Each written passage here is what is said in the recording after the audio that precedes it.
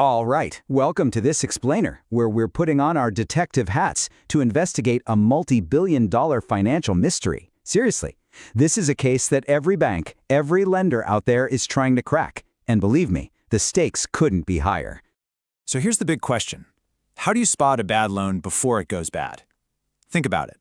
You've got lenders like the Small Business Administration, the SBA, and their whole mission is to help small businesses grow with vital financing. But here's the catch. Every single loan they give out carries that one big risk: default. Okay, so let's get into it. The challenge here is, well, it's massive. We're not just looking for one smoking gun in a single file. Nope. We're trying to find these tiny, hidden patterns across millions of loans.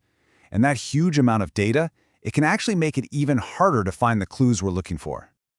You see, the SBA provides these things called 7A loans, which can be up to $5 million. For so many entrepreneurs, these loans are an absolute lifeline. They're what lets them hire people, buy equipment, actually grow their business. But for the SBA, the one backing these loans, there's always that nagging risk in the background. What if they don't get paid back?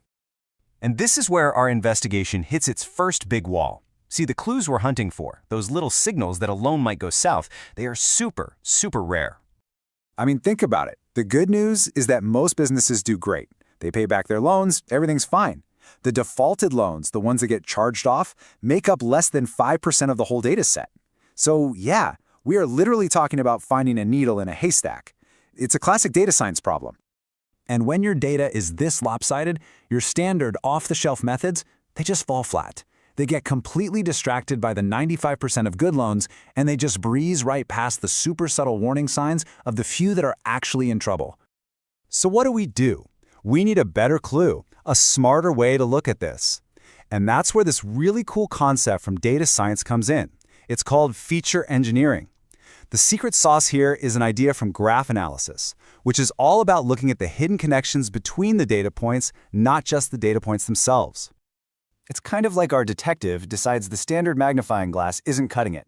So they go into their workshop and invent a brand new tool, one that can reveal fingerprints nobody could see before. That's exactly what feature engineering is. We're creating a totally new way to see the data.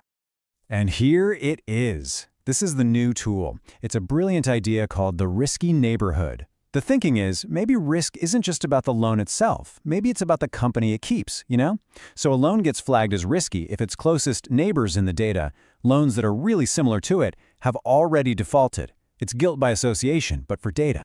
And get this, it worked. Big time. When the analysts actually built their predictive model, this risky neighborhood feature, it turned out to be one of the top 2 most powerful predictors in the entire model. That one clever idea was a total game changer. So what does that actually mean in the real world? It's a huge win. This model acts like a super smart filter. It just waves through nearly 80% of the loans, saying, "These are fine," which lets the human analysts focus all their attention on the remaining 21%, the real suspects that are most likely to cause problems. Okay, so we've got our list of suspects. Great, but that's not the end of the story, right? Just knowing a loan is risky isn't enough. For an analyst to actually do something about it, like, offer help to the business or change the loan terms, they have to understand why it's risky. A simple red flag doesn't cut it. All right, so this brings us to phase 2 of our investigation, profiling the suspects. Now that we have this much smaller, manageable group of risky loans, we can really dig in and start interrogating the data. We're looking for common patterns, for profiles.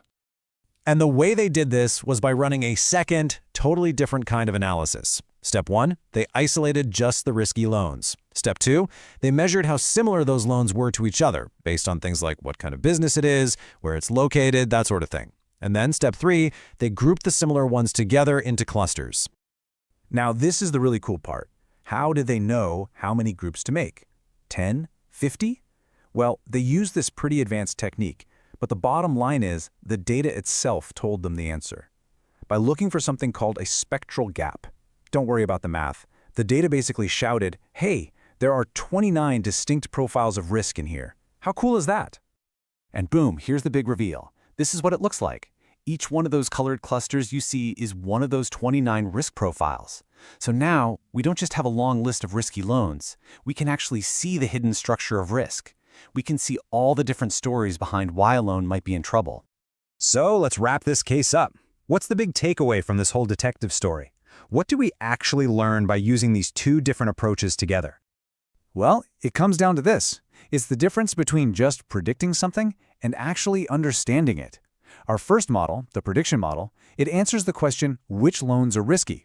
But the second model, the clustering one, answers the much more important question, why are they risky?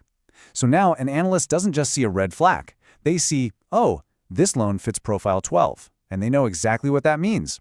It lets them make a way smarter, way more targeted decision. And you know what?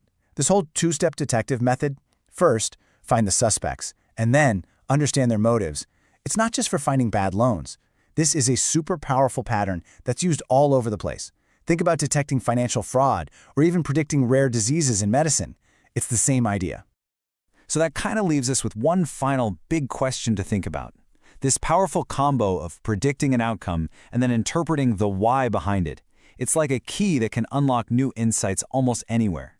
So the question for you is, what other big complex problems out there could be solved if we stopped just predicting things and started truly understanding their hidden structure?